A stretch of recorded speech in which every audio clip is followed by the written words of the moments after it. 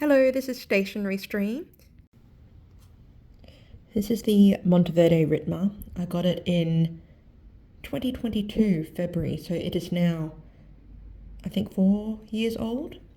As you can see here, I have inked this pen multiple times over the years. Every time I ink this pen, I put the date as well as which ink was in the pen. The first record is in August of 2022, though I received the pen in February of that year. The main complaint people have is that this area here, there are usually complaints on Reddit about rust forming at the nib, or that this gunmetal trim peels off. And I think the only place where it has any blemishes is probably this section right there, but it's not peeling and it feels smooth. If you look at the inside of the cap with a torch, I can't see any rust in there.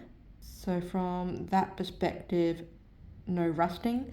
The magnet still works. As you can see here, it kind of snicks in both the front, in the back, and it's quite firm on both ends. Inside the pen, if we're talking about the finish of the barrel and the cap end, I don't see any blemishes on there either, and there's no rust on this inside metal here either. I use a cartridge because the converter doesn't seem to fit as easily nowadays. This cartridge is from a Montmartre set, and it's currently containing Monteverde Smoke Noir. We'll bring out that torch again so we can have a look on the inside. I believe that there's a bit of rusting on the inside, which is usually clear to see on the converter because you can see a bit of orangeness on the inside of the converter when it's clear, but I haven't had any issues with my cartridge, and just looking at this here, there doesn't seem to be any problems with the torch.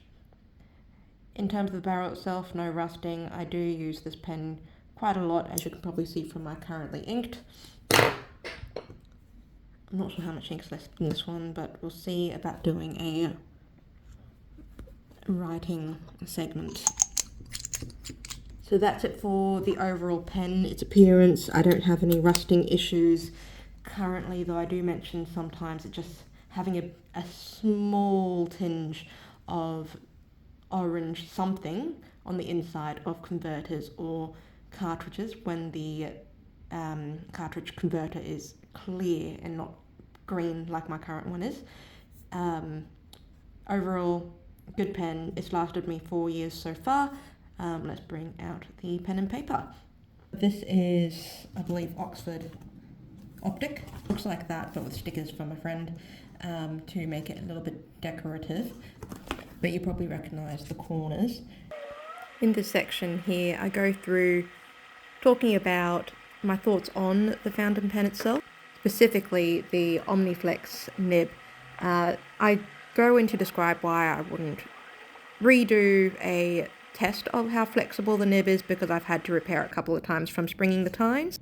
Here you'll see me compare the weight of the pens to my Kaweco Sport brass just because I thought they were similar, and then decide that the Monteverde Ritma is actually lighter. I do run out of ink at the end of this column. Feel free to pause the video at certain points just to read my thoughts about the Omniflex Nib. My thoughts continue on for about 3/4 of the page because I have opinions about the Omniflex Nib. And then I go on to the weight. And finally, I talk about the slipperiness of the metal section down at the bottom of the page before I ended the written portion of my review. Overall, I do like this pen. It's one of the pens where I keep it at home because it's so heavy and I don't quite trust the magnetic cap. The nib also writes a bit too wet for work purposes because I can't control the paper I have at work. Thanks for watching my handwritten review of the Ritma.